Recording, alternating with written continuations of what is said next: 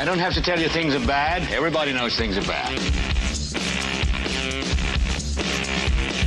Everybody's out of work or scared of losing their job. The dollar buys a nickel's worth. Banks are going bust. Shopkeepers keep a gun under the counter. Punks are running wild in the street, and there's nobody anywhere who seems to know what to do, and there's no end to it.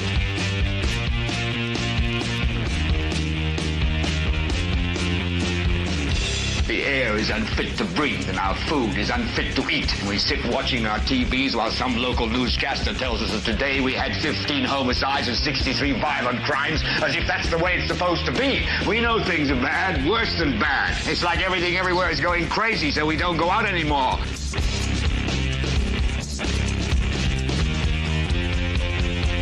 We sit in the house, and slowly the world we're living in is getting smaller, and all we say is, please, at least leave us alone in our living rooms. Let me have my toaster and my TV and my steel-belted radios, and I won't say anything. Just leave us alone. Well, I'm not going to leave you alone. I want you to get mad.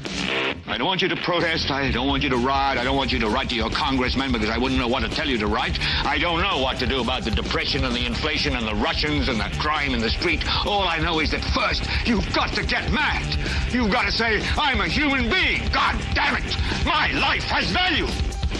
So, I want you to get up now. I want all of you to get up out of your chairs.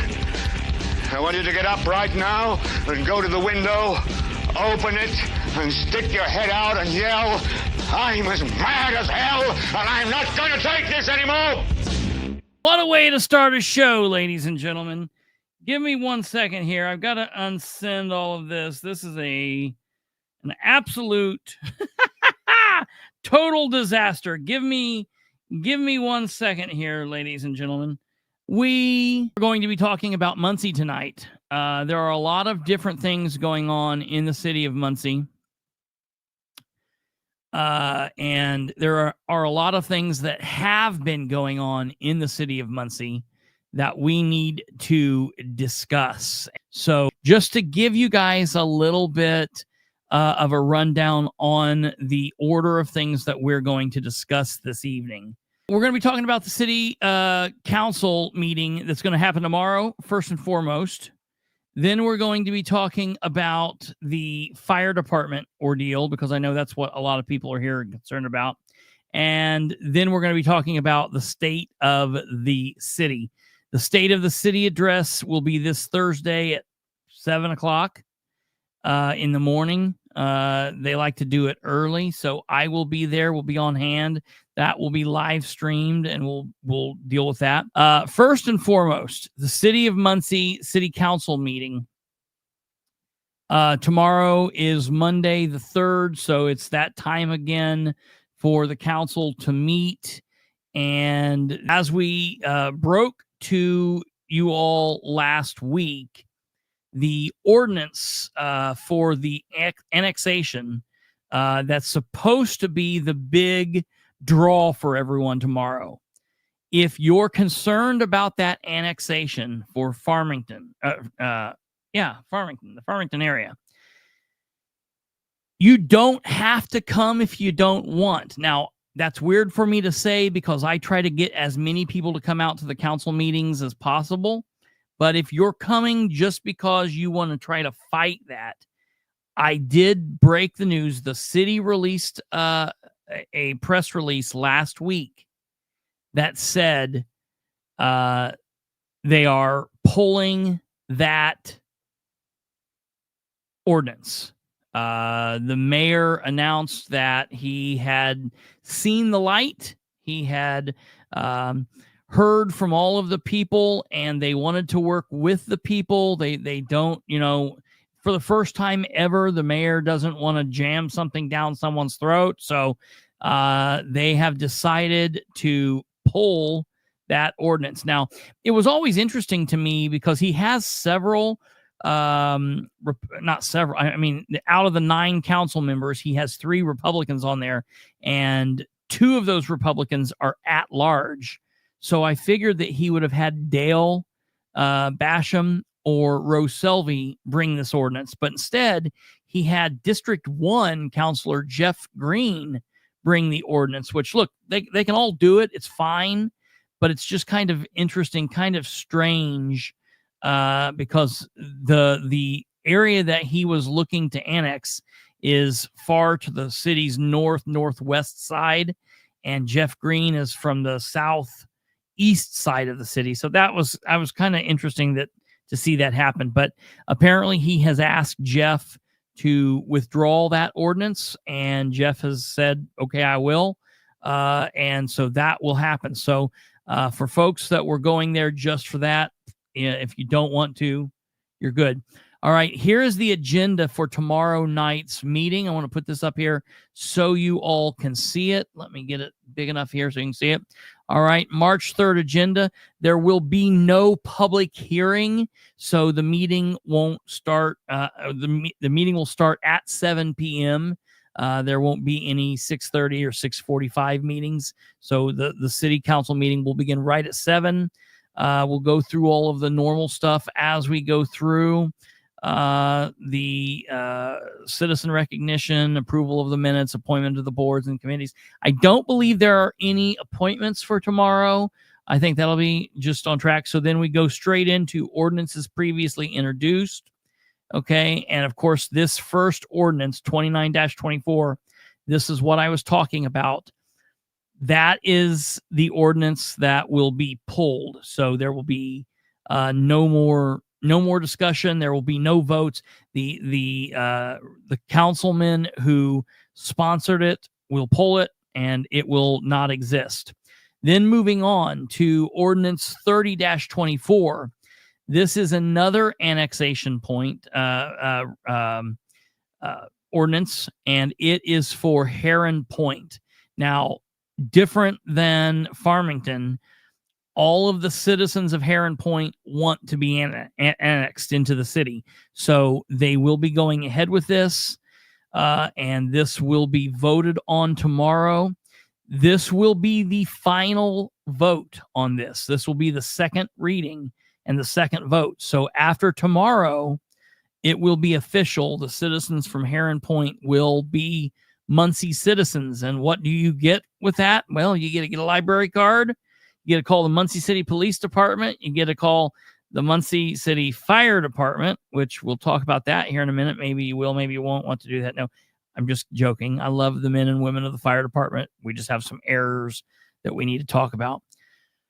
But you'll get to call the fire department. You will also, and this is a big thing that a lot of people are interested in, these people will now become voting members in the Muncie City Council and city government elections. You know, these people add one more election cycle to their political cycle. For people who live in towns and cities, we vote three elections out of the 4-year cycle. You know, there's the first, basically it starts with the presidential election, although it's kind of backwards. You have the presidential election, which we just had. Then you have an off year, like what we have this year, no election. And then you have the midterms, which we will have next year. And then in 2027, we will have the municipal elections. And so all of these people now will get to vote finally in the city election. And then after that, we then go into the presidential election, and then we're back to the off year. I believe that these people will be added they should be added, probably they'll be added to District 4, I believe. So this will change the makeup of District 4. Right now, District 4 is Councilor Sarah Golian. She's a Democrat. She's the first Democrat to hold that council district in quite some time. It's been held by a Republican for a very long time. And so, you know, I look for the addition of the Heron Point individuals to really kind of shake that up a little bit, because I think that might just be enough people to give Sarah a little bit of a issue if she so chooses to run for re-election. So that'll be Ordinance 30-24. Then we go into Ordinance 3-25, an ordinance to amend the City of Muncie Comprehensive Zoning Ordinance from their R4 residence zone to the community business zone on the premises located at northwest corner of the intersection of Memorial Drive and Sampson Avenue. That's pretty much that'll be that. There was a little bit of talk about that last time. Then Ordinance 6-25, an ordinance amending Chapter 77 of the parking regulations of the City of Muncie, Code of Ordinances, Burris Laboratory School parking. This is a no-brainer. It should happen. I'm fine with it, whatever. Then we go into new ordinances. Okay, this is new ordinances. These have never been read or heard before. Ordinance 7-25, an ordinance for the transfer of appropriations, police, fire. Okay, we can take a look at what those are here in a moment. Ordinance 8-25 is an ordinance to amend the City of Muncie's comprehensive zoning ordinance from the R4 residence zone to the BV variety business zone on premises located at 2810 West Ethel Avenue. Ordinance 9-25 is an ordinance to amend the City of Muncie comprehensive zoning ordinance from the BV variety zone to the R3 residence zone on the premises located at 2524 South Macedonia Avenue, Muncie. We'll look at both of those here in a moment. Ordinance 10-25, an ordinance to amend the City of Muncie's comprehensive zoning ordinance from the R3 residential zone to the BV variety zone on premises located at the 3700 block of Centennial Avenue and Lot 2 in the Nanny Haven subdivision of Muncie. Ordinance 11-25 is an ordinance fixing the maximum salary of each and every member of the Muncie Police Department of the City of Muncie. We're going to talk about that. 11-25. And then Ordinance 12-25 is the same thing, but it's for the fire department. So basically what they've done is they have come out with their negotiations. They apparently have agreed. AFSCME is still, in limbo from as far as I'm concerned. They never came up with an agreement for all of 2024. Did they not have an agreement in 23 as well? Were they out? Were they didn't come out with an agreement? I don't know. It's been such a long time, so it'll be interesting to see what they do or don't do there. But this is here. I will say I have requested emails surrounding some interesting emails between the mayor and Councilor Nora Powell as it relates to these agreements. And I put them up on the screen last week, but I want to read this here again for you and just let you hear. Now, I don't have I'm waiting for a records request to have the follow-up emails, but it will be interesting when we get these to see exactly what is said, because this email is interesting. So this is the mayor talking to Nora Powell, and he says, Nora, the cost that we shared was for year one. These amounts are not just the salaries, but include all other costs as well. We didn't prepare any 2026 numbers. The police agreement only includes the second year if there is a lit increase. Lit is a tax. If lit is not approved, this agreement only covers 1 year for salaries. The city had a $1.3 million increase in property tax revenues from 2023 to 2024 due to new developments becoming taxable. We expect a smaller increase for 2026 for sure, but have the 3% increase for fire in 2026 covered if lit is not approved. If lit is approved, both police and fire will have the funding to move forward with the agreements. We will not be using opioid unrestricted funds in 2026. Best regards, Dan Ridenour. So this is some kind of a response that he is responding to Nora. They are talking about lit. They're talking about the opioid money, and it's going to be interesting to see. There's a possibility in here. Like I said last week, so they've been negotiating, and part of the negotiation was, well, we'll fund this for 2 years if a tax is passed that we've never even talked about in the public, that no one in the public's ever heard. None of the citizens have ever been aware that this is coming up. Now, you should have been, because former Councilor Ryan Webb has been shouting this from the rooftops for about the last 2 years. We've talked about it on this program quite a bit. They are working to increase the lit tax. And I just want to remind everybody, we're talking about a whole bunch of Republicans. We're talking about the Republicans on the Delaware County Council, 7 Republicans, bam, bam, bam, bam, bam, bam, bam, all Republicans. We're talking about 3 Republicans on the city council, and we're talking about the mayor, who's a Republican. And everybody is interested in pushing this lit tax.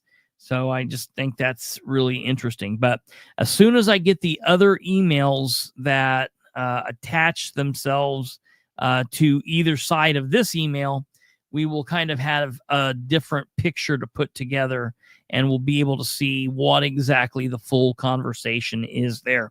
I'm also going to issue a records request tomorrow for any emails between the mayor and the council members on the Muncie City Council and anyone in Delaware County Council, because I think there are probably some conversations going on between the mayor and maybe, I don't know, Matt Kantz, the mayor, and maybe Jessica Piper, Eugene Whitehead, maybe the mayor and Commissioner Brand. So it'll be interesting to see what goes on there. So I'll keep you posted there. So that's just interesting seeing 11 and 12 up there.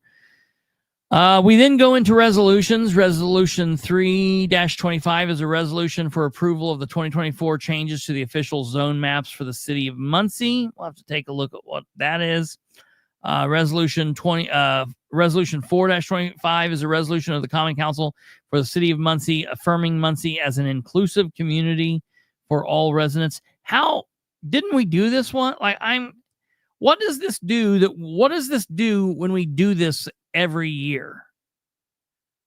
I feel like what happens is we have like a bumpy meeting, or somebody says something in a meeting, and we do this. I'm just not a big fan of all these resolutions that we just always are doing, because I feel like I just don't know.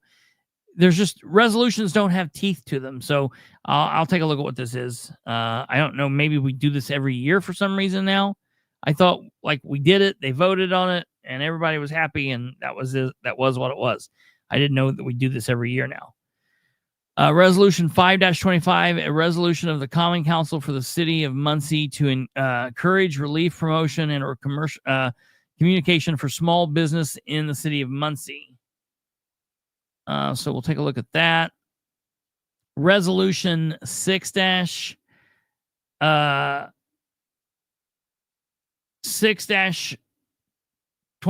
a resolution of the City of Muncie transferring funds within the City of Muncie Common Council budget. And I think what that is for them to create a line item, or to put money in an account so that the ethics commission meetings can be live streamed. I think that's what that's going to be about. And then resolution 7-25 is a resolution of the Common Council of City of Muncie, Indiana, approving the collective bargaining agreement with Greg Winters Memorial Fraternal Order of Police Lodge 87. We will then see one for the fire department. Of course, that's there. Resolution 8-25 is a resolution for the fire department. We then see the tabled ordinances, and I don't know that this will come off. I don't think that this will come off the table. It might, but I don't see anything, or I haven't heard anything that would lead me to believe that it will come off the table. Then we'll go into other business, which of course is public concerns, and then we'll be adjourned. Okay, so just briefly before we leave this topic, I do want to take a look at these.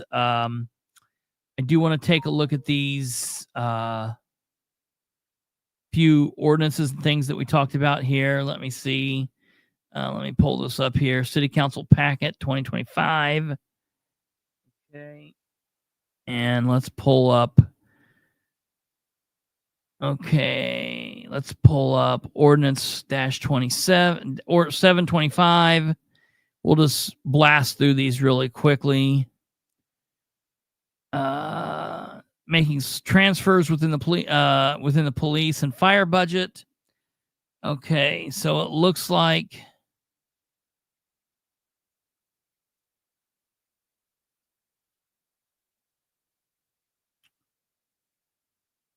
following the additional sums of money are hereby transferred out of the funds named. Okay, so this is where they had to adjust some money because of the negotiations. So they're adjusting. You see, the current budget was at $10,555,033.44, and they're going to update it to $11,081,106.20. So that's what that is. Of course, we've known about this. We've known that this was coming because they were doing the negotiations and they had to approve the budget. So that's what that is. Ordinance 8-25 is, let's see what this is when it pops up here.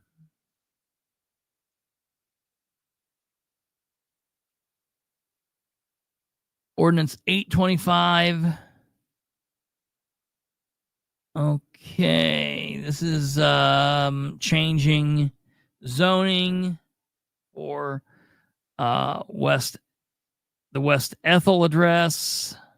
All right, they got an 8-0 favorably recommends this rezoning. The Delaware Muncie Metropolitan Plan Commission gave that an 8-0 favorable recommendation.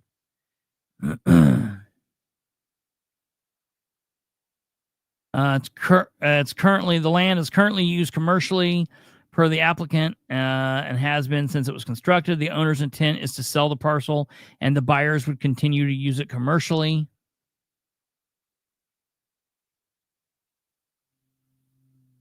So that's that. Okay, on down to Ordinance 925. Ordinance 925 is the same thing on Macedonia. We'll go down here and we'll see if they got a favorable recommendation. They did get a favorable recommendation. Again, 8-0.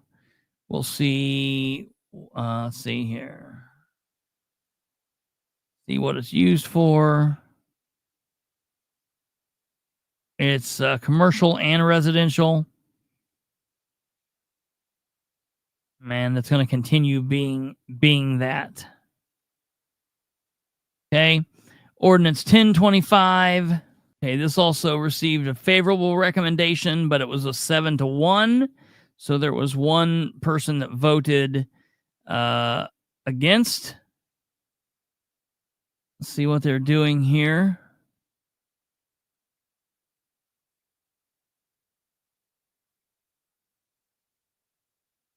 Okay. Land use in this area is a mixture of R3 single-family residences and BV variety business zone. And they're wanting it to both be rezoned from residential into business variety. Okay. Ordinance 1125.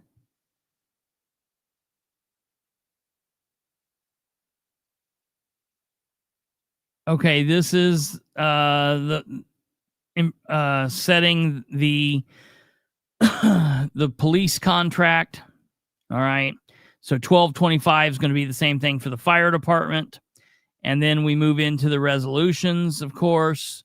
Resolution 3-25. is for zoning. 4-25. Okay, this is the inclusive thing. Okay. City of Muncie respects the inherent dignity of human person and the right of all people to be meaningful components of a civic and civil community and to be treated with dignity, decency, and fairness. Muncie is made up of people of all ages, all walks of life, working and living together.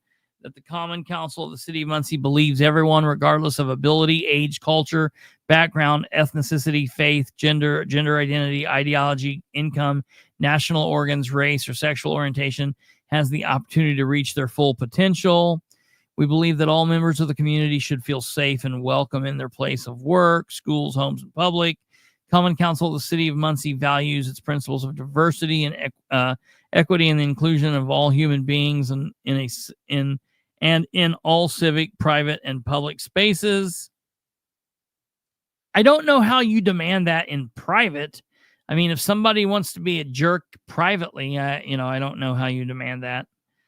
Protecting the right of every individual and actively working to end discrimination and foster. And this is just kind of feel good stuff, man. I don't know. Like, I want everybody to be happy and healthy and, everyone have the right to life, liberty, and the pursuit of happiness. I wake up unhappy a lot of times, man. I have to work at the pursuit of happiness. It's never been guaranteed to me. So, okay, that is what it is. I didn't know we do that every year now. A resolution of the Common Council of the City of Muncie to encourage relief, promotion, or communication for small businesses. We encourage small businesses to explore opportunities for tax abatements. Okay, good. Well, what is this?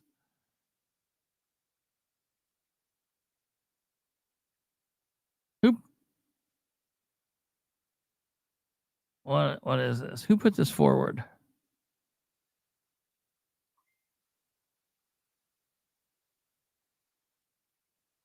Council resolution is proposed by council member. Does that look like, let me ask you, I've been off screen. Does that look like Sarah Gullion? Oh, sorry, Kate was talking. Can you see that signature?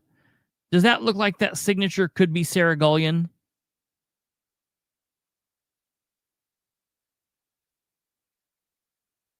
Okay, hold on. Yeah, I'll get it bigger.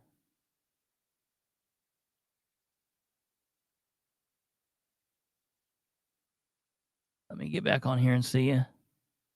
Sarah? Yeah, that's who I think it is. Okay, that's... Okay, resolution 6-25. Resolution of the City of Muncie transferring funds within. Okay, yeah, this is the big change because of the contract negotiations.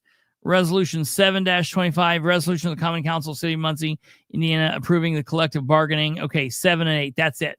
All right, there's your Muncie City Council meeting for tomorrow, ladies and gentlemen.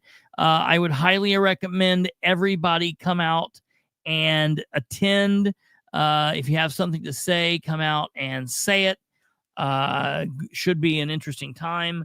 And I feel like tomorrow's meeting might be a little bit longer than normal, just based on some of the things that I'm seeing there. So number one, prepare and, obviously be prepared for that. We will be live streaming the meeting right here on the Political Spotlight. So you can tune in and you can see that here. All right. Tune in for that because it'll be of interest. Number two, it means tomorrow night's show might be later than starting at 9 o'clock. So be prepared for that. And number three, oh, okay. See ya. Number three, That threw me off. Number 3, the meeting will be we'll be late. We'll be later here than normal. But I think that was it. No, Kate had to cut out there. Number one, prepare for that. Number 2, the meeting, the show will be later, quite possibly later than 9 p.m. So just prepare for that, but we'll keep you posted. Okay. From there, now we're going to talk about the Muncie Fire Department debacle. And I want to make sure. So this is what really bothered me. The other night, I talked about this. I broke this on the show on Thursday night. I talked about this just a little bit. Thursday or Wednesday, I talked about this in brief passing. I forget when it was. I tried to get it to post to my social media, to both Facebook and Twitter on, I guess, Friday. I tried to post this, and I was blocked from being able to comment on Facebook. I could not comment on Facebook. And I was pissed off all day because I could not get anything to share. And so I kept trying it. I got it to share on Twitter. I have sent this out to several different individuals. I let them know. And then finally, last night, yesterday evening, was able to get the post to share. And so people have seen it. People have been bringing it. So I'm going to bring this to your attention. And this is kind of breaking news, not breaking news. It's been out on Facebook for a while now, but I'm bringing this to the people's attention that have not heard this, have not seen this, and we're going to dive a little bit deeper into it. Okay, so first and foremost, for those of you that have not seen or have not heard what I am talking about, or you didn't see the Facebook post or the Twitter post. Okay. And maybe you weren't here the other night when I just mentioned it in brief passing. All right. The Muncie Fire Department. Now, before I say this, I want to tell you all, I love and support people in uniform. Okay. You're not going to find somebody that is more supportive of police or fire than myself. You're just not going to. I am very pro police. I am very pro fire, and that's the way that it is. Some people don't like that, and I can respect your opinion, but that's my opinion. Now, for most people that are of that mindset, for people who are current police officers, are current firemen, or were police officers, were firemen, they dislike a bad police officer or a bad fireman more than anybody else. A good police officer does not like a bad police officer. A good fireman or good firefighter, I guess I should say, or EMS personnel does not like someone that is taking advantage, someone that is bad. Okay. So this is not me taking a shit on the fire department. This is not me being mad at anyone on the fire department. This is me reporting what sources have told me, and these sources that have told me this information, they're not just, somebody off the street, some Tom, Dick, or Harry that, I don't trust or haven't been vetted. The people that have told me this are sources that routinely tell me information. And the first thing I want to tell you right now, okay, I posted that I had received this information from sources within the Muncie Fire Department and the City of Muncie. It is important for you to understand I didn't have a fireman or a firewoman. I don't know how many women are on the fire department. I did not have an EMS person come up and tell me this. So the people in the fire department that are out there, like witch hunting, looking like, oh, who's leaking information to Bilbrey? It's not like that. There are sources out there that work from all different angles. Okay. I'm going to be honest. I have talked to a source from the fire department. It's like 110 people. So there's a lot of plausible deniability there. So you'll never know or find out who that is. And whoever you think it is, I promise it's someone different, because these people are, the people who tell me stuff have been telling me stuff since prior to 2019, since 2015, 2016. They're people that have had connections or whatever for a very long time. Okay. Now listen to me. I've also heard this from people that are not in the fire department. So this is getting out, it's being out, and that's just what the deal is. Okay. So breaking news out of Muncie nearly after 2 years in the spotlight for a cheating scandal that saw firefighters and EMS personnel overlooked for promotions. We saw them on placed on paid leave, stripped of certifications, and in court.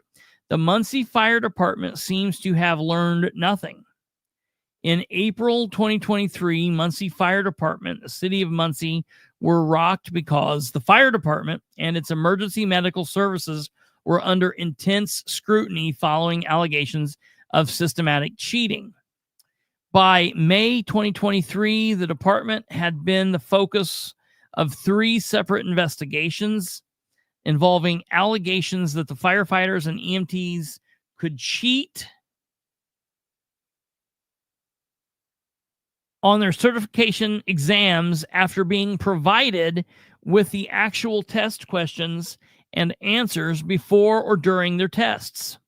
By January 2025, the public had learned that while there were some inappropriate activities happening, without a fact, that is proof. We know that.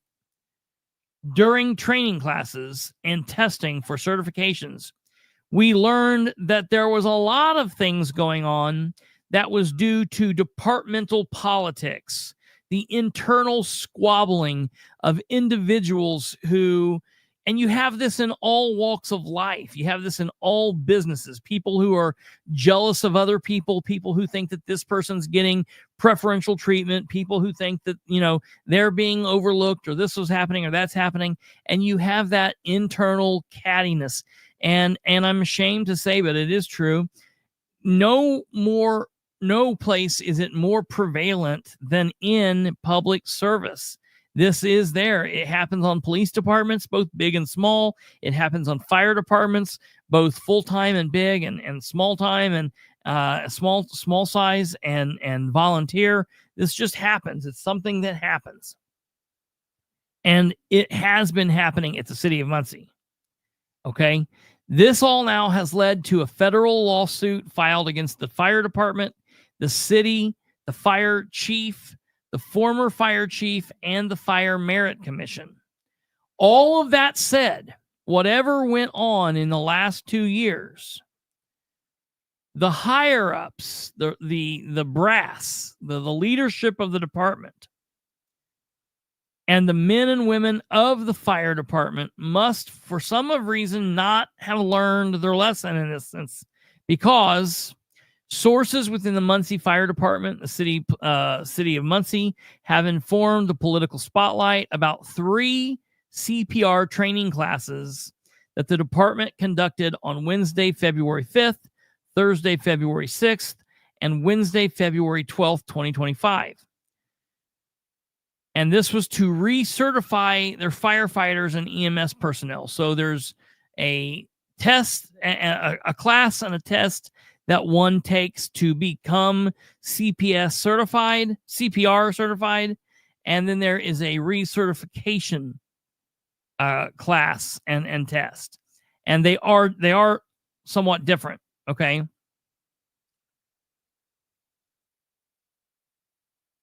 The allegations are, and the sources have reported, that the CPR recertification training hours were falsified. And I want you to listen to what I'm saying here.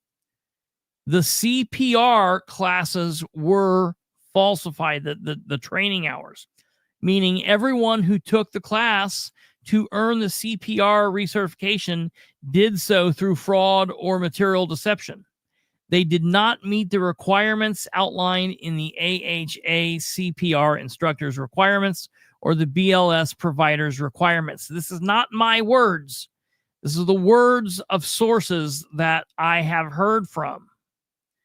It was also reported that the Muncie Fire Chief, Dan Burford, and the Deputy Fire Chief, Dan Nine, were complicit in this, as they both attended one of those CPR classes on Thursday the 6th, which is shown in the department's training records. The political spotlight was informed that this incident, which took place over 3 days, has been reported to proper state authorities that handle claims like these. A source said, hopefully this can be dealt with in a way that ensures things like this stop happening.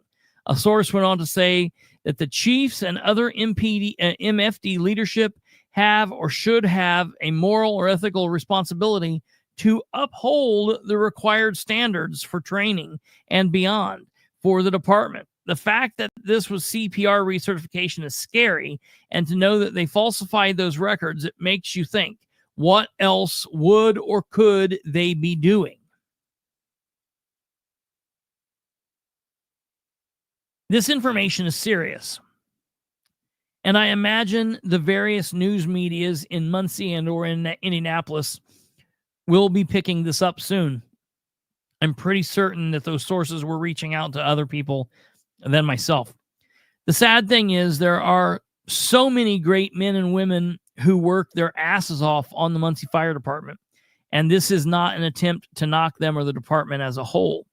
To me, this is a leadership problem, and that leadership problem continues to never get corrected, and that's why things like this just continue to happen over and over and over. If you ask me where the real blame lies for this, and 98% of all other issues within the Muncie Fire Department and the city as a whole, I will always give you the same answer. Muncie Mayor Dan Ridenour, he is to blame because he has been repeatedly made aware of issues, serious issues within the Muncie Fire Department. But he deals with it like he deals with all problems.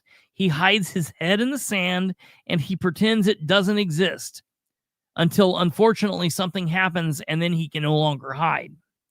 This is not how things work in the real world, specifically in government, where there are so many eyes on everything and there are oversight from the actual bosses, which are the public. Dan is not the boss. Dan is a public servant working for the citizens. And this is a bad thing. Now, I want to address this because there have been a couple people who have reached out and said a couple things here, and I want to make this clear. And I appreciate everybody who comments, okay? I appreciate everyone who's commenting here. Someone commented to me and said, as a previous AHA CPR instructor, initial training and recertification trainings are different as far as how long the class is. Basically, the recertification classes require attendees to pass the written test as well as their skill tests. Recertification classes, you don't have to start at square one like you do for an initial class. You can do the test online and bring your passing results and only complete the skills portion to the instructor. And I get what that person is telling me, okay? The issue here is it's not so much what happened or didn't happen in the class. It's that the allegations are the people who attended these 3 classes only spent a short amount of time in the class. I don't specifically know how long that is. Is it 30 minutes? Is it an hour? Is it an hour, 30 minutes? I don't know. What I do know is the allegation is, for whatever reason, and I don't even know who did it. I don't know if it was the training officer, and I've had a lot of issues that people have told me about the training officer. The training officer is Jason Bilbrey. I'm probably pronouncing that wrong. I think it's like a French last name, maybe Canadian. Jason Bilbrey. And I've heard people say that he's a training issue, but he's not technically an instructor. Now, see, listen, I come from the law enforcement world. I don't know much about the fire department. And I imagine the instructor things are similar. People go and become an instructor, and they become like a certified general instructor, and they can teach various things. And then there are specialized instructors that teach things. I assume it's probably the similar in this case. But I've heard all kinds of stories from people saying that, he's in a position that he shouldn't be in. He's leading things and teaching things that he shouldn't be teaching. And listen, I don't blame him. I blame leadership for that. And when I look, there are situations that you can say, yes, this was the chief's fault, or this was the deputy chief's fault, or this was a captain's fault. But at the end of the day, in the city of Muncie, when you have a situation like this, the buck stops at the mayor. Okay, the mayor is told about these things. And listen, nowhere else do the people run and tattle on each other to the mayor more than the Muncie Fire Department. It happens a lot. It's happened since the beginning of time. I mean, I think probably it really started heavily with Dennis Tyler, because Dennis Tyler was a fireman. So I think that the rank and file felt comfortable talking to him. And that's probably where that started. And then now we've got Dan, and I don't know what Dan knows, but he certainly doesn't know, law enforcement or public safety services. He doesn't understand the fire department and things like that. Now, I want to say, okay, I want to say, I'm trying to get this thing to stop here. Give me a second. I want Kate left, had to cut out. So I apologize for the comments not going up on screen. And I want to take a look here and see what we've got here, because we've got a couple people commenting that I want to talk about here. Oh yes, Jackie, I completely spaced it. We'll talk about that after the fire department stuff, but there's a Delaware County Commissioners meeting tomorrow morning too at 9, and I'm glad you said that. But okay, looking down here in the comments, this is a good one.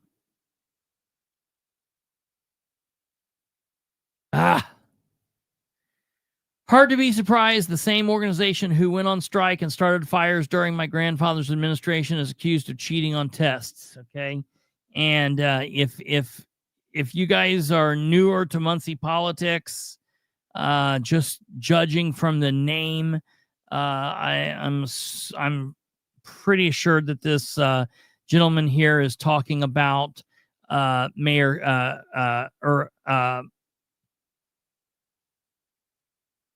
Bob Cunningham. Sorry, I was looking at the name and screwing it up right there. Bob Cunningham.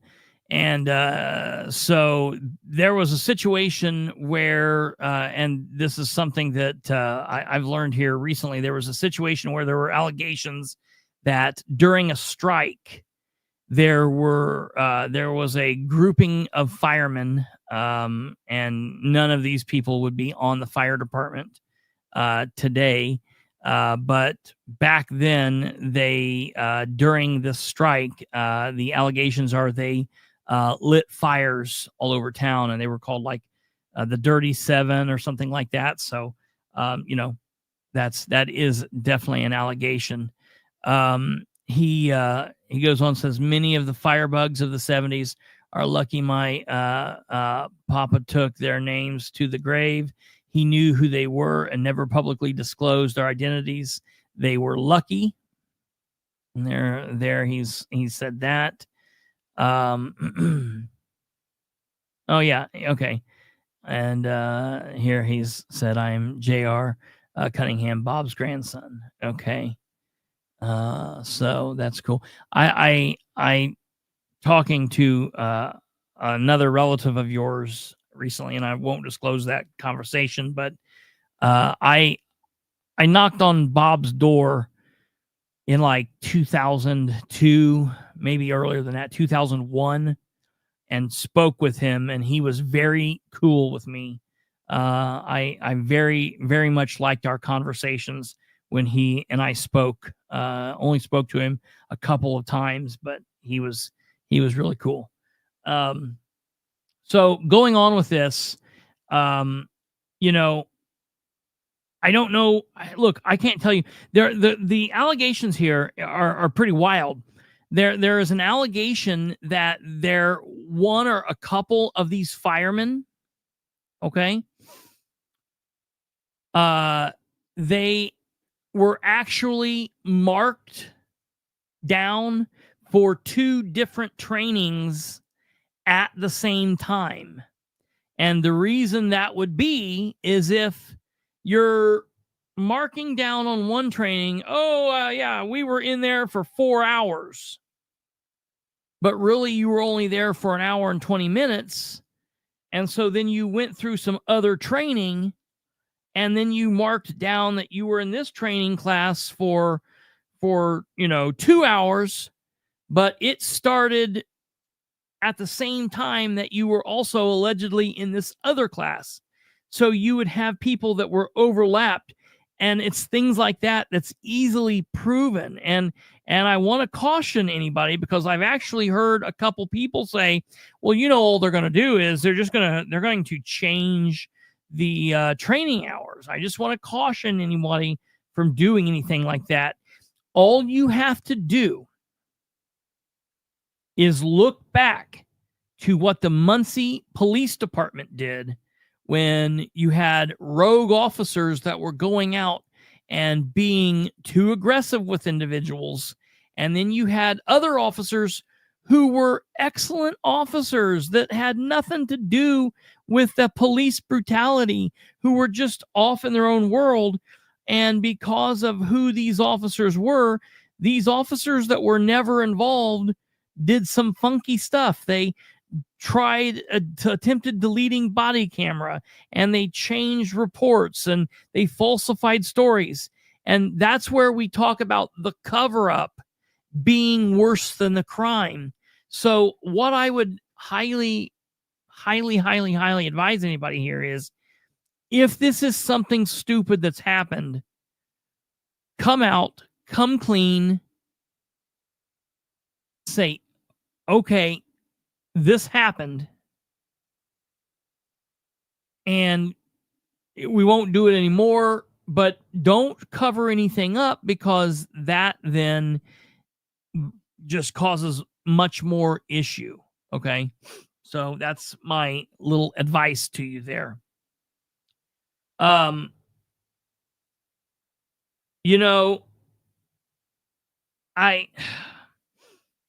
really saddened by a couple things that went on today.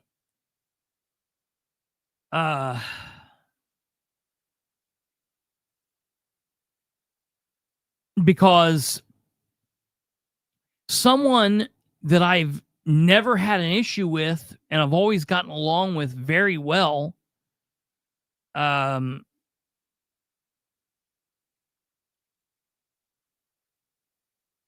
started talking and listen to multiple people.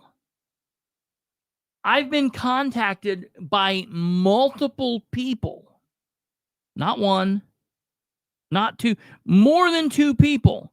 Was it three? Could have been three. Could it have been five? It was, I'll put it to you this way. It was definitely more than two people that said that Samara, I think she's a secretary, fire department, was contacting people that appear to not like hearing that the fire department is cheating or is being involved in craziness, and telling them, oh, Bilbrey, he's a troublemaker. He doesn't know what he's talking about. He's misinformed. Inform me then. Inform me why this is a reoccurring pattern. Inform me of what really went on. Explain to me what really went on. Tell me. It's interesting to me that most of these people are highly respectable. Most of these people are good people. They are damn good firemen. If there's an issue, EMS issue, they're going to do their job to the best of their ability.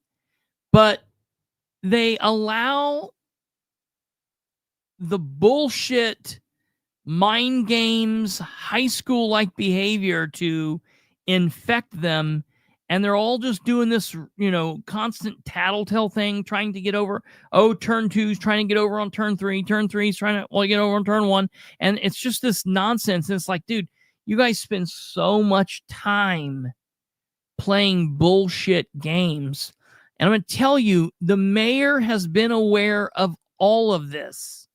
The mayor has allowed for this to get like this. The mayor could have put his foot down, and he could have told any number of his chiefs, cut this shit out. And like it never happened. I'm told, and I'm going to issue a record request for this tomorrow. I'm told that the Muncie Fire Department has ended, listen to what I'm getting ready to tell you. The Muncie Fire Department, for everybody out there that's saying I'm wrong, for every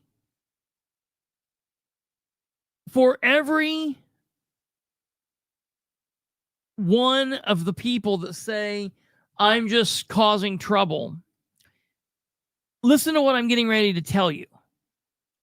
There is a source that has notified me, and I will know this because I'm going to issue a records request tomorrow, and so everyone's aware. All of this is publicly requestable information, and they're all public documents. But there's an email that the chief of the Muncie Fire Department has recently sent in the last handful of days to all of the people, men, women, on the Muncie Fire Department, firefighters, EMS, the whole gamut, all of them, telling them that until further notice, all training is to cease. They're stopping training. Now, why would that be?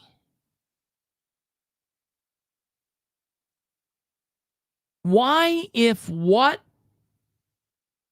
has been reported to me, if it's misinformation, why would this happen? And don't get me wrong, I'm not taking shots at Dan Burford. I don't know Dan Nines, the deputy chief. But I have a good relationship with Burford, or he probably hates me now. He probably is not happy with me now. And look, dude, if that's the case, you're aiming anger or dislike at the wrong guy. I'm just reporting what others are talking about. This is out. Everybody knows you. Dude, there are no secrets in government. It all gets told. It all gets out. I'm just reporting it because transparency, light, accountability, knowledge about what's going on is the best disinfectant. So I'm offering a challenge to anybody right now, to any of you, to Samara or anyone else. If I'm wrong,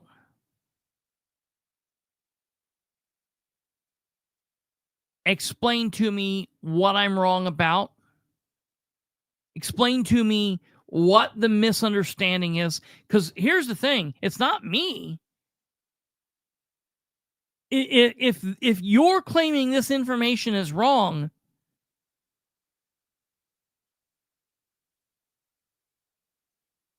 then you're going to have to explain to me why people within the rank and file of the fire department are saying that this is happening. Why people within City Hall, who they might not be firemen, but they might be friends with firemen, are saying this is happening.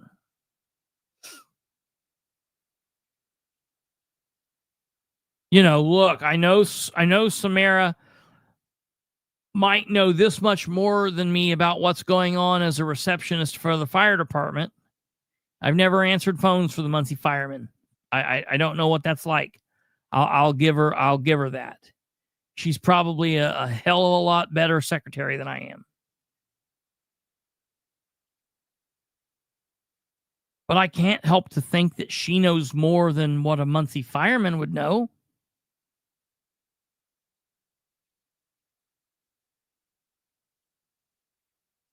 Why would he know more than why would she know more than a Muncie fireman? You know, I don't think she would. So that's it for the fire department. I'm waiting on more records. I'm waiting on more stories. I'm waiting on more information to come in from sources. I'm going to talk to a source later this week. And when I have more on the fire story, I will let you guys know and keep you posted. But there's a lot going on there. Next up, we got to talk about this Dustin Clark deal. And we're going to mix it in with the state of the city. So for those of you that are unaware, and that's probably most of you because it's not been published very well as far as I'm concerned. They've not done as good of job this go around as they normally do. I don't know why, but I guess it doesn't matter. Whatever. Most people's not going to go to it. So it is what it is. But the Muncie City State of the City is this coming week.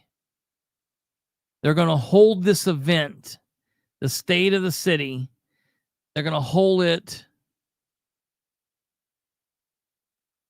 on Thursday. Yeah, Thursday the 6th. It says right there, March 6th. Save the date.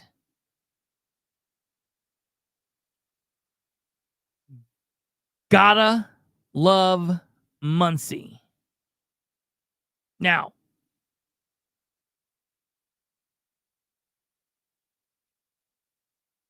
uh, 2025 State of the City, Horizon Convention Center, March 6th. Save the date. Join Mayor Dan Ridenour for the yearly State of the City address. Breakfast will be provided RSVP through Eventbrite. I have my ticket. I guess I'm going to go to this thing that apparently starts at 7 o'clock in the morning. What? Why? Like, crazy to me why Dan doesn't hold these things in the evening. You want me to tell you why? You want me to tell you why this is held at 7 p.m.? Because all of the bankers, all of the CEOs, all of the businessmen, they're all going to be up and going to this. No, I got my ticket. They don't stop you from going. This is a pretty it's open, but just nobody goes. Because normal people are off doing their work. Dan doesn't want citizens there. Dan doesn't want the community there. Dan only wants his buddies there. That's the reason it's what time it is. I asked somebody recently, why are they having it so early? Someone said, well, because Dan wants breakfast.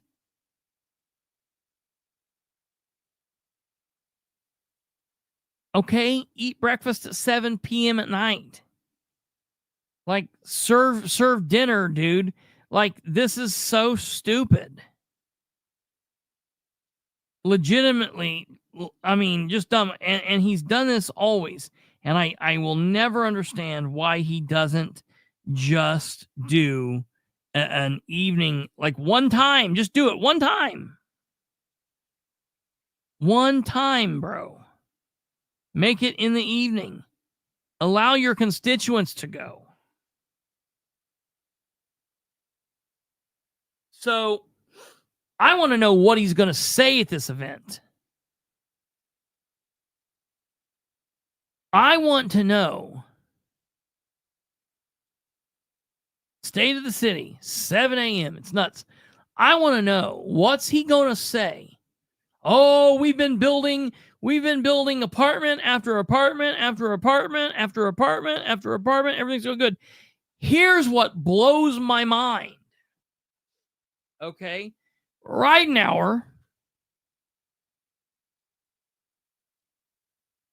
who has been all up in arms about Senate Bill 1, he's just been going through the loop, just crazy.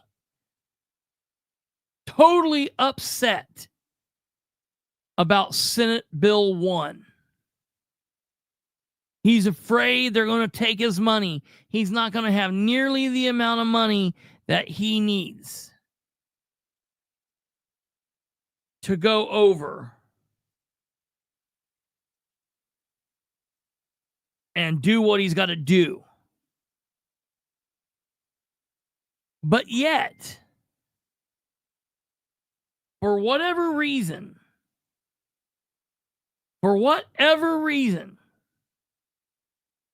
this mayor is not having his communications director working on his state of the city. She's getting paid to be there. He's paying the communications director to be there. But I've heard from multiple people in and out of City Hall and in and out of the mayor's office that I can't even say this.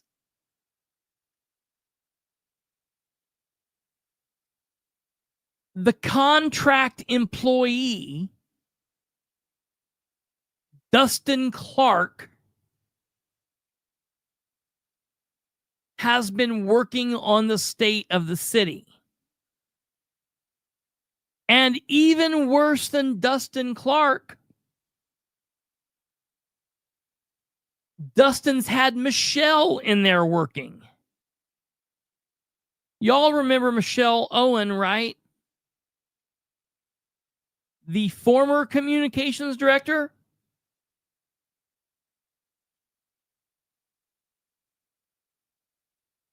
So now we have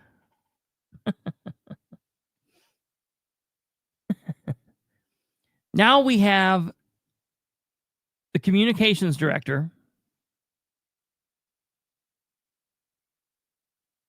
Amber Green, getting paid to be there.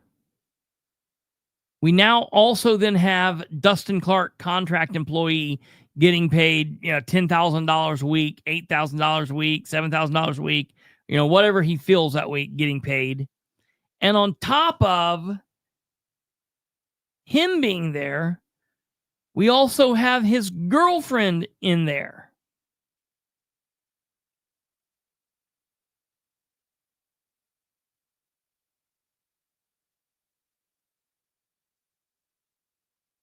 Space Cat?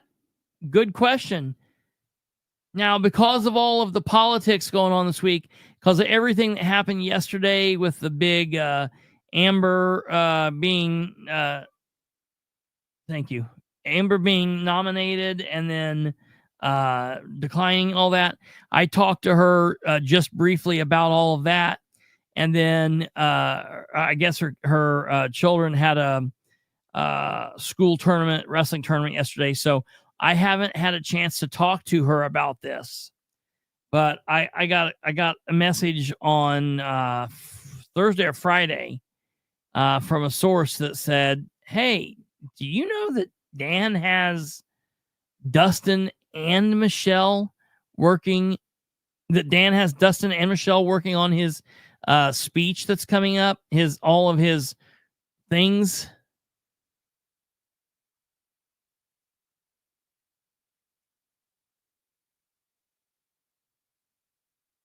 Why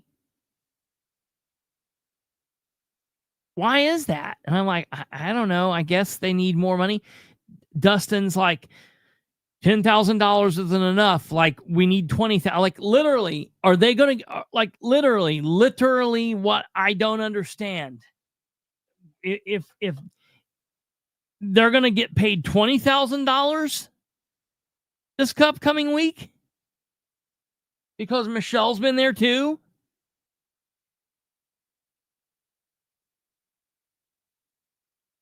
I don't want to hear Dan say one word about Senate Bill 1 when he has, Dan, all you got to do is you got to quit spending and edit and we'll be okay, bro.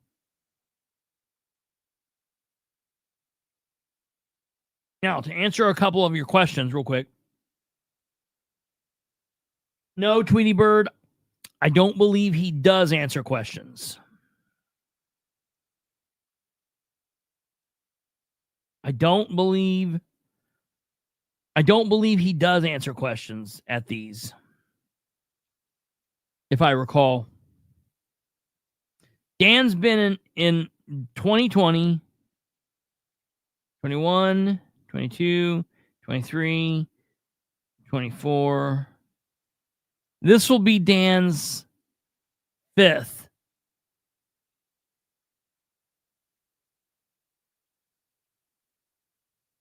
Fifth or 6th. I don't know if they did one in 2020. I think they did. I think there's been 6. Out of the 6, I've been to 3 of them. I've been to 3, and I've not been to the other 3. Ha ha ha ha ha!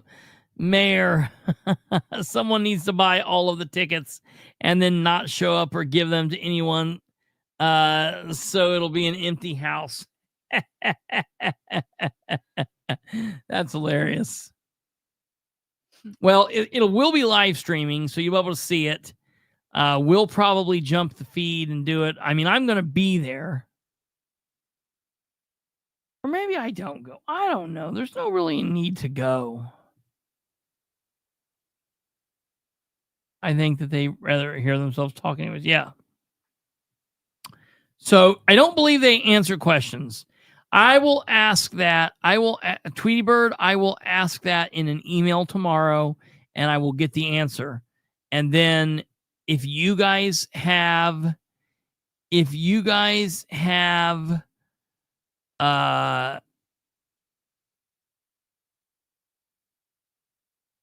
questions, if they will answer questions, I will take questions from you guys and try to get them asked. But we'll find out. I'll ask tomorrow. So that's the question that Tweety Bird had, asking if they're going to take questions. I don't think so. Okay. Then Jackie with this great gem, always magnificent. The public received regular info from the mayor and the city department heads when the Dream with Dan's were held regularly. It has been several months since the last one. They were held in the evenings. Yeah. And for however stupid they were, I agree with you. It was at least some kind of a decent way to try and get information to people in the public. And then, to my understanding, the last one they had was last either July or August. And that's when, if you remember correctly, they said they were only going to have them like, I think they said like once a quarter or once a year, once a half a year, something like that, something ludicrous. And we were like, what? So I don't know what's up with the Dream with Dan's. Let me put these, I will ask these in a question tomorrow in an email. Do you take questions at the State of the City? Questions and Dream with Dan's. Are we going to have them again?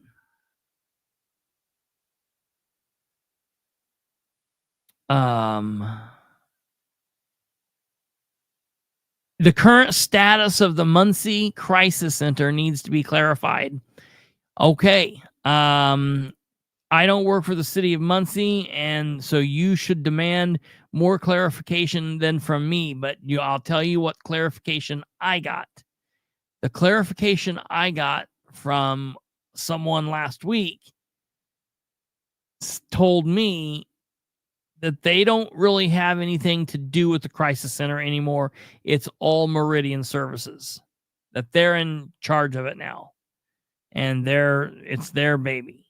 And I'm like, no.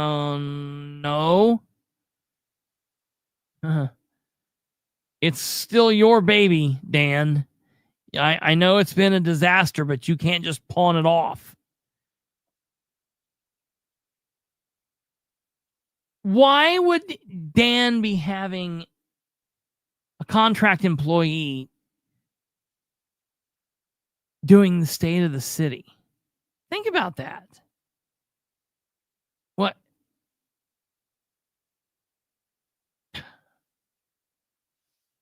I can't even.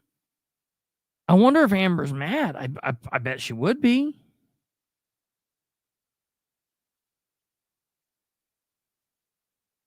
I bet she would be.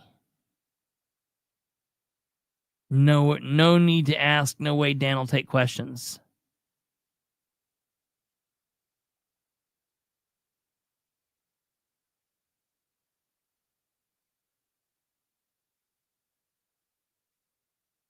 Oh, I don't think that Janet was lying. I want to make that very clear. I know Janet. I from everything, I think everybody's saying the same thing.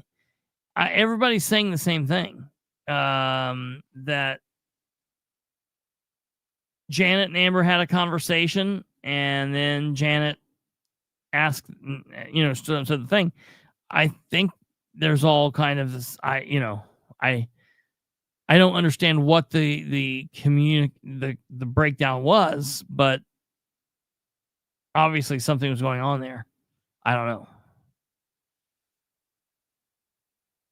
To have a right to know, to Do we have a right to know regarding Crisis Center? What questions do people have about it? Dan is trying to involve himself with the land bank like he's a professional developer. Yeah. Dan has a real taste for thinking that he's a mover and a shaker like that.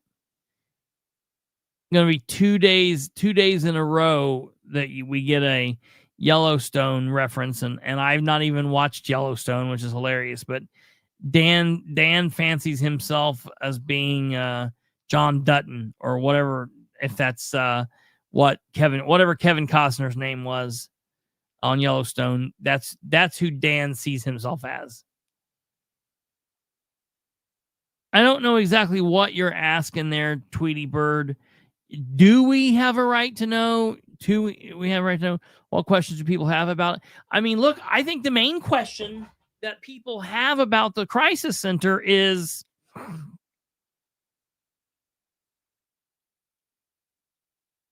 when will the damn thing be open?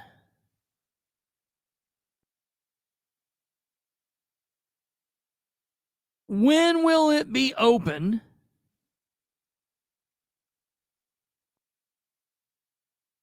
Why is there such a confusion on what's going on there? Some days you drive by there and the cars, the parking lot's filled with cars, but the doors are locked. You can't get in. Nobody knows what's going on. I drove by one day. Merry Maids were there. They were beating on the glass trying to get in, beating all around all the doors and windows. I drive up to them, roll the window down, and I'm like, oh, what are you guys doing here? And they're like, we're trying to clean. And I was like, what? Clean what? Brand new in there. That's a nice building. Shouldn't be anything dirty in there. They left. And I got out and looked in the windows, and it didn't look like anybody had been in there to me.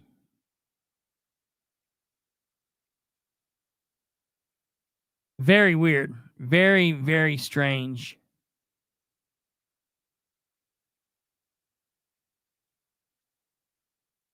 I don't know. So it'll be interesting to hear how the state of the city goes this year. It'll be interesting to see how it goes. Clean after patient leaves. No, Tweety Bird. They weren't. They've not officially opened yet. There's nothing that leads me to believe they have been officially opened yet. So, how much do the Merry Maids get paid? Who's paying them? Is it Meridian or is it us? Is it Meridian paying them and then the Meridian bills us?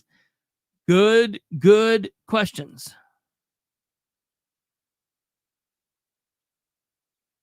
Is Dan going to bill to speak to the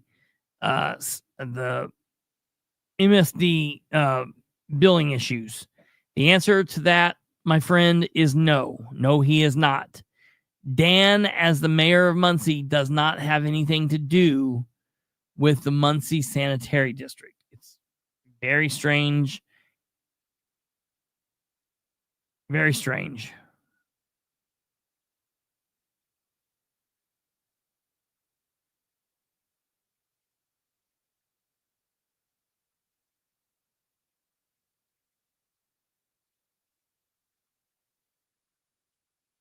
Tweety Bird, you're missing what I'm telling you. I got out and I looked in the building. I got out. I went inside and looked in the building, and there was like still like trim off the doors. There's nothing going on. There's nothing happening in that building. there might be people going in there putting stuff up and working, but no, they were not working in there.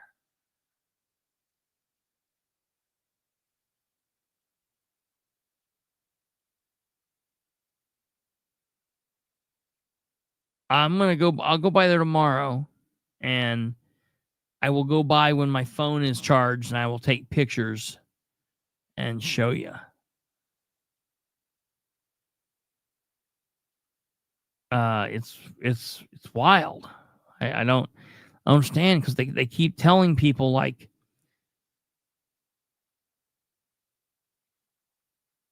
the guy from the common market's like, oh yeah, it's been open for a month. And then one of our amazing viewers here, no, I'm telling you, they don't know though, because they said that it was open. Listen to me. On like January 16th, Mike Martin, one of his employees, said the crisis center has been open for a month. I went to that building that day at like 1 o'clock, and there was nobody in the parking lot, not a single car, not a single soul. And I went up to the building and I took a picture. There were stickers on the door, stick from the guys in brown, not the sheriff's department, but the UPS. And they had been, there were like 4 different stickers. And they had said like they had been there like 4 different days trying to deliver a package, but nobody was there. The door was locked, and they still had the realtor box on the door.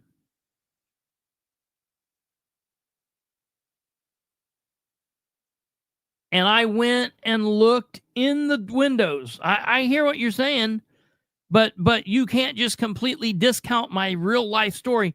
I'm like telling you an actual real life story, not something that someone told me, but like something that I like physically did.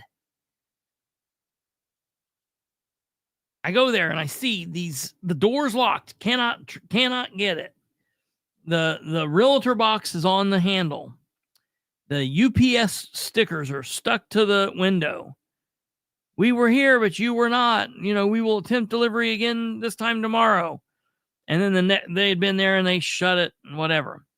And I took that picture and I sent it to Dan Ridenour. And I'm like, what is this? Is this open or is it not open? I look in the window and it's like a disaster in there. Like paint cans and like ladders. They're still doing like physical work in there. And I got a message back from Amber that said, and this was the exact wording that Amber told me, this is what happens when people get their information from people on the internet, meaning whoever wrote that from the common market. She said, no, it is not open. It was not open. The mayor wanted me to know, no, it was not open currently. So whoever from Common Market wrote that it had been open for a month, they were completely wrong. They had never been open at no point. And then, Lord, 2 weeks ago, somebody, I will not dime this person out, but somebody in this chat, somebody watching this very video said, well, you know what I'm going to do? I'm just going to call Meridian Services myself, and I'm going to ask about it. And that person contacted Meridian Services, and Meridian Services said, yep, we've been open. We're open Monday through Friday, like 9 to 5. Remember? And we talked about that. I told you, you guys were in here. And I was like, who has us That's not very convenient because I know a lot of crises happen after 5 p.m. and before 9 a.m. And a lot of crises happen on the weekend, and so we kind of joked about that. So then I'm like, okay, well, they're open Monday through Friday, 9 to 5. So I went there on a Tuesday, and Mary Maids are there trying to get in at like 3:30. Can't get in. The door is locked. Door shut. No cars in the parking lot except Mary Maids.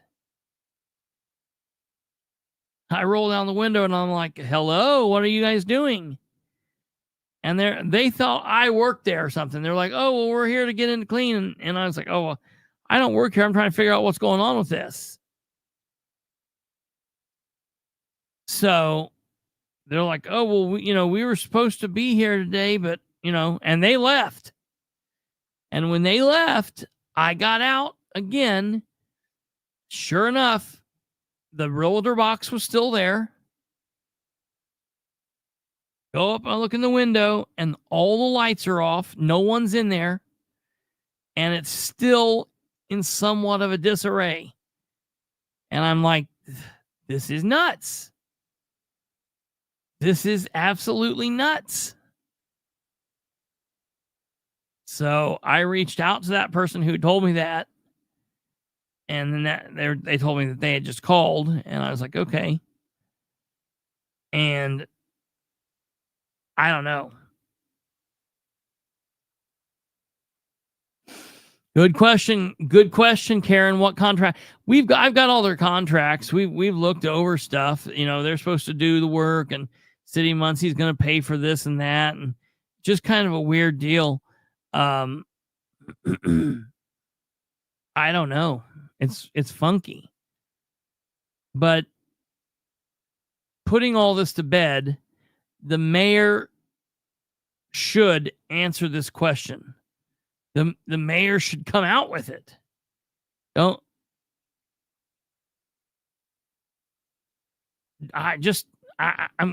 shocked. Let us know what the deal is. I talked to somebody last week that said City of Muncie doesn't have anything to do with it anymore. It's all Meridian Services.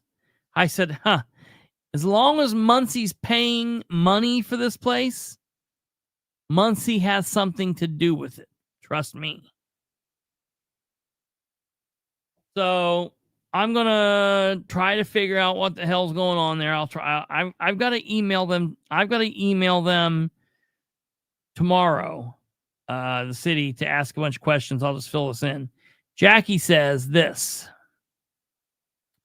If the Muncie Police Department is the primary referral source for the crisis center, then the city and its constituents have a right to expect updates. Muncie has many social concerns, and the crisis center Meridian are to be key players for the service delivery. Yeah. Yeah.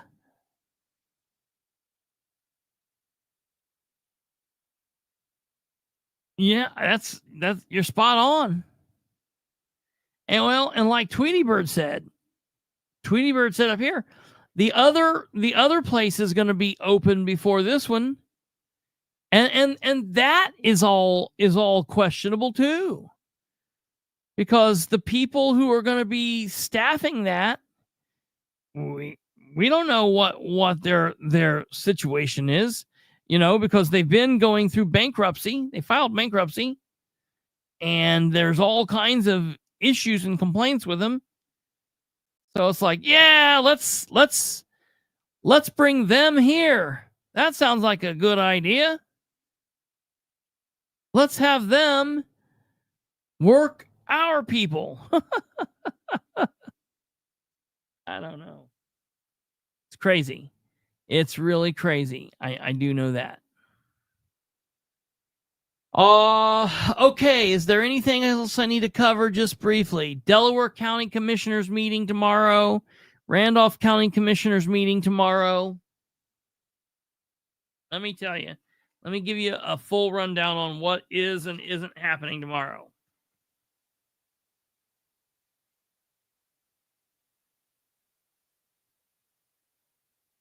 First up, Delaware County, 9 a.m., Delaware County Commissioners meeting.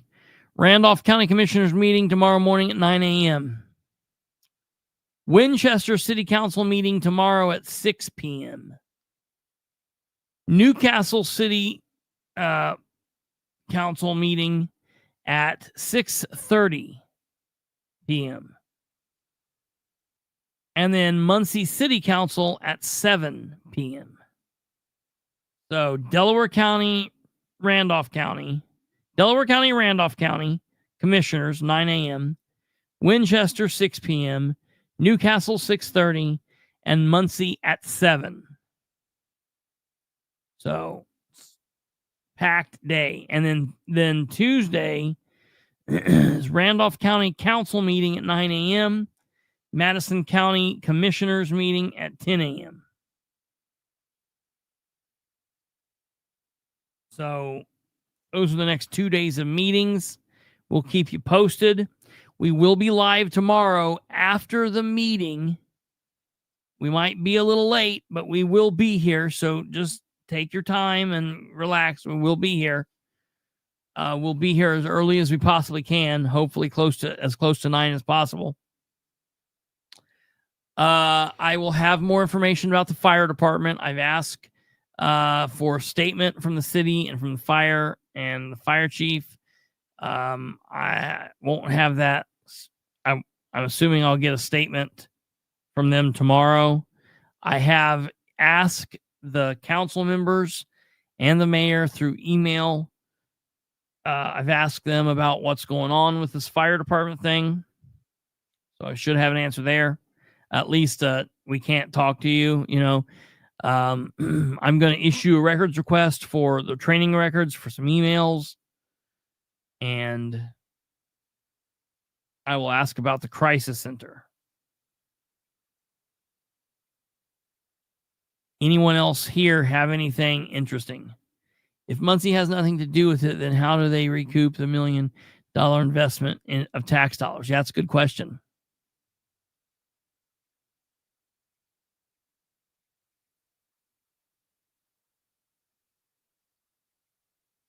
Stumblefoot, you know it, brother. Absolutely. So, as we work closer to the state of the city, I think it's just going to be interesting because we'll be able to see Dustin and Michele's fingerprints all over the state of the city. I think it's going to be wild. And we'll go from there. We will be back here tomorrow, whatever time the Delaware or the Muncie City Council gets out. So just stay with us. We'll see. We will be here, even if it's just to say, if the meeting goes crazy long, even if it's just to say, hey, we poked in, we'll be back tomorrow, but we will be here. I don't look for it to go that long, but I do think tomorrow is going to be a little longer than normal. So just FYI, still nothing yet on Vegas. And we should have some more information on the check thing. And as soon as we get a new public access counselor in, I will file a complaint against the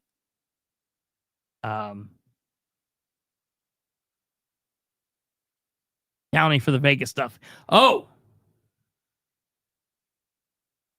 do you know how they resolved the church's extremely high sewer bills? I don't. What church?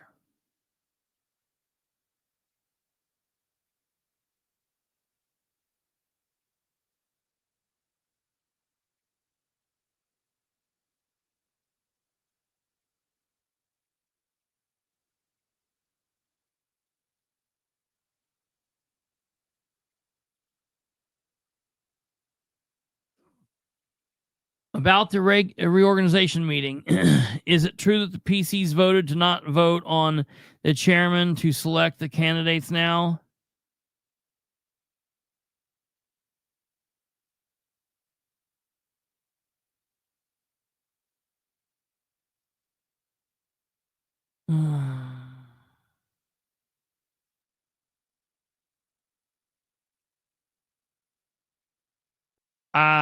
I'll have to find out about that, DC.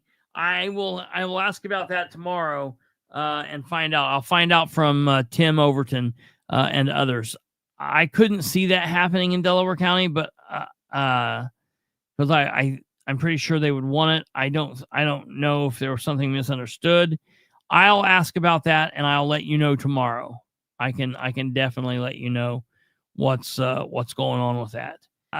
All right, you guys, take care. God bless. Have a good evening. Have a great rest of your Sunday. It's almost over. Have a wonderful day back to work. Man, hopefully some warm weather's coming soon. You guys have a good night. Take care. We'll see you back here tomorrow, and we'll go from there. Thank you all very much. Good night. Goodbye.